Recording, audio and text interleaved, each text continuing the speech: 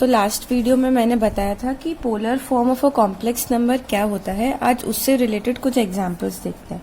जैसे कि अगर Cartesian form of complex number z is equals to x plus i y होता है, इसे क्या कहते हैं हम? Cartesian form of a complex number. उसी टाइप से z is equals to r e to the power i theta क्या होता है? Polar form of a complex number. Polar form of a complex number, right. ये last video में हमने इसका पूरा डेरिवेशन देखा था। अब मुझे पता है कि r क्या होता है? Under root of x square plus y square, that is modulus of a complex number, right. अब जो थीटा होता है उससे रिलेटेड कुछ बातें मुझे पता थी। क्या बातें पता थी? Cos theta is equals to x by r था, या फिर x की वैल्यू क्या देखी थी हमने? r कॉस थीटा, और y की वैल्यू क्या देखी थी? r sine theta. ये भी हमने लास्ट वीडियो में देखा है अच्छे से। अब देखो, अगर मैं y बाय एक्स की वैल्यू निकालती हूँ, y बाय एक्स, तो फिर क्या होगा? r sine theta upon r cos theta, right.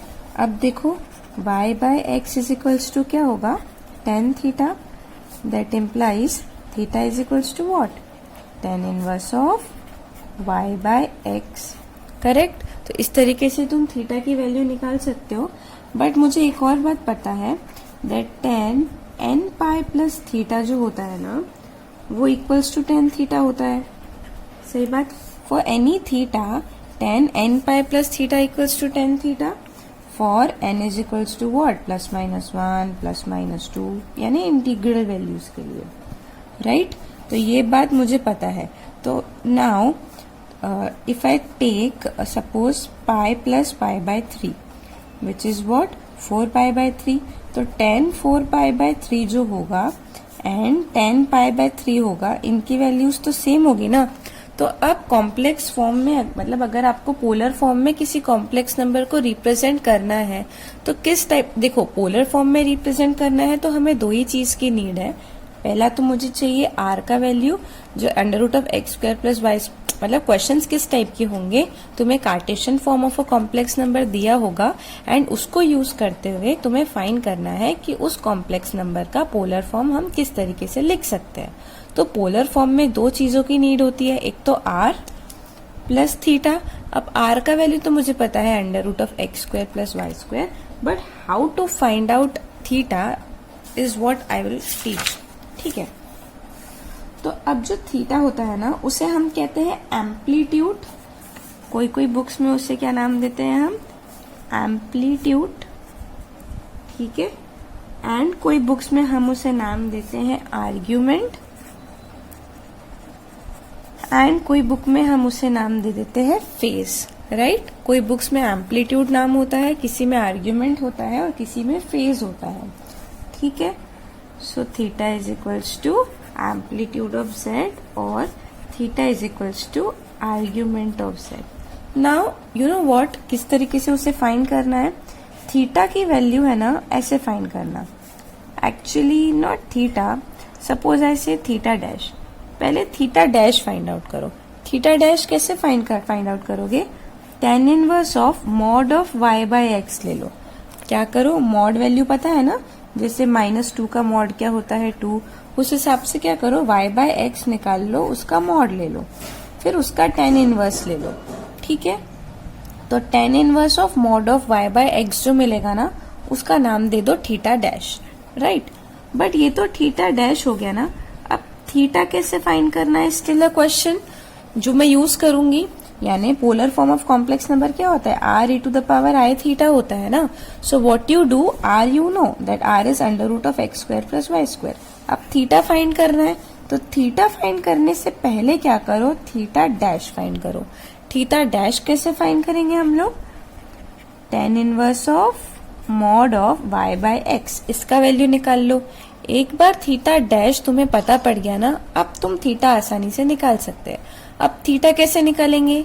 देखो, तुम्हें z is equals to x plus i y ये दिया होगा, राइट। यू नो कि उसका कार्टेशियन फॉर्म क्या है। उसमें कुछ x होगा, कुछ y होगा, यानी कुछ रियल x होगा, कुछ रियल y होगा, ठीक है।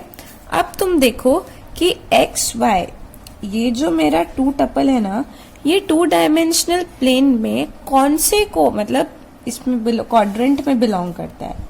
ठीक है, अब क्वाड्रेंट्स तो आपको पता है ना, जैसे कि अगर z होता है 3 माइनस 2i, तो क्या देखोगे 3 कोमा माइनस 2 देखो कि ये कौन से क्वाड्रेंट में बिलोंग करता है। अब यहाँ पे x एक्सिस की पॉजिटिव वैल्यूज होती है, यहाँ x एक्सिस की नेगेटिव वैल्यूज होती है, यहाँ y एक्सिस की पॉजिटिव वैल्यूज होती है एंड यहाँ y एक्सिस की नेगेटिव वैल्यूज होती है। यानी यहाँ पे किस फॉर्म में आएंगे, प्लस प्लस फॉर्म में फर्स्ट क्वाड्रेंट कहते हैं इसे। यहाँ किस फॉर्म में आएंगे, x axis negative y axis positive. यहाँ पे दोनों नेगेटिव फॉर्म में आएंगे, माइनस माइनस फॉर्म में, और यहाँ पे x axis positive and y axis negative ये फॉर्म में आएंगे। इसे कहते हैं फर्स्ट क्वाड्रेंट, इसे कहते हैं सेकंड क्वाड्रेंट। यहाँ पे जितने भी पॉइंट्स होते हैं ना वो सेकंड क्वाड्रेंट में आते हैं। इसे थर्ड क्वाड्रेंट कहते हैं एंड इसे फोर्थ क्वाड्रेंट कहते हैं। क्लियर है इतना? तो अब हम सबसे पहले थीटा डैश फाइंड करेंगे। क्या करेंगे हम? थीटा डैश फाइंड करेंगे। कैसे होगा? tan inverse of mod of y by x find कर लो। उसके बाद देखो कि ये जो x कॉमा y है ना, ये कौन से क्वाड्रेंट में बिलोंग करता है। ठीक है, देख लिया। अब ये देखने के बाद क्या करो ना, देखो इस तरीके से मेरा 2 डायमेंशनल प्लेन होगा। अगर इस क्वाड्रेंट में बिलोंग करता है तो जो थीटा होगा ना वो थीटा डैश के ही इक्वल होगा। अगर इस क्वाड्रेंट में बिलोंग करता है तो जो थीटा होगा ना वो पाई माइनस थीटा के इक्वल हो जाएगा। सॉरी, थीटा डैश, जो तुम्हारा थीटा होगा ना वो पाई माइनस थीटा डैश के इक्वल हो जाएगा। अगर इस क्वाड्रेंट में बिलोंग करता है तो theta would B minus pi plus theta dash. ठीक है, एंड अगर इस क्वाड्रेंट में बिलोंग करता है तो theta would be equal to minus theta dash. इतना क्लियर है? थीटा डैश फाइंड कर लो tan inverse y by x निकाल के। फिर उसके बाद देखो कि जो तुम्हारा z is equals to x plus i y दिया हुआ है ना, उसमें x y देखो ये टपल कौन से क्वाड्रेंट में बिलोंग करता है, उस पे थीटा की वैल्यू डिपेंड करेगी। थीटा डैश तो निकाल लिया, अब थीटा थीटा डैश की मदद से मिलता है और हम देखते हैं कि ये कौन से क्वाड्रेंट में बिलोंग कर रहा है। अब देखो अगर ये क्वाड्रेंट में बिलोंग करता है तो थीटा की वैल्यू थीटा डैश के इक्वल हो जाएगी। अगर ये क्वाड्रेंट में बिलोंग करता है तो थीटा की value pi minus theta dash की इक्वल हो जाएगी। और अगर ये क्वाड्रेंट में बिलोंग करता है तो थीटा की value minus pi plus theta dash के इक्वल हो जाएगी। एंड अगर ये क्वाड्रेंट में बिलोंग करता है तो थीटा की वैल्यू माइनस थीटा डैश के इक्वल हो जाएगी। अब हम लोग क्या कर लेते हैं, कुछ क्वेश्चंस सॉल्व कर लेते हैं जो पहले समझाया ना उस फॉर्म में। तो कैसे टाइप के क्वेश्चन सॉल्व करने हैं मुझे? Express the following